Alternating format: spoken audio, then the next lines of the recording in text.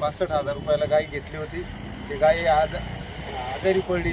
आता ते गायची परिस्थिती बिकट आहे. काय करायचं बुवा त्या गायचं आता सांगा.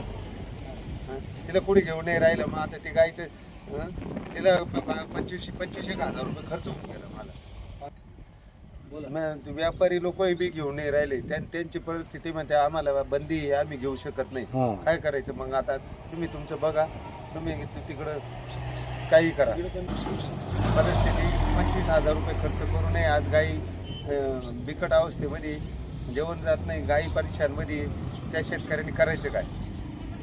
अशी परिस्थिती त्या करायची काय? आता मग काय करावं सांगा तुम्हीच. आता का कुठं सोडायची गाय? मग आता काय करायचं? आम्ही सकड जनावरांचं करायचं काय?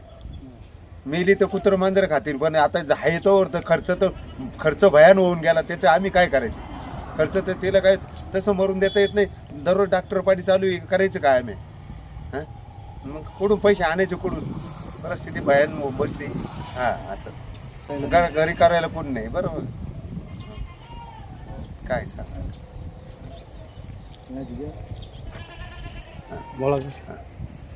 कोणतं काय? मग आता ही गाईला एवढे 65,000 रुपयाला गाई घेऊन आणि आज त्या गाईला 25-30,000 रुपये खर्च होऊन आणि तरी ती येते बसली आणि तिला कोणी घेत नाही.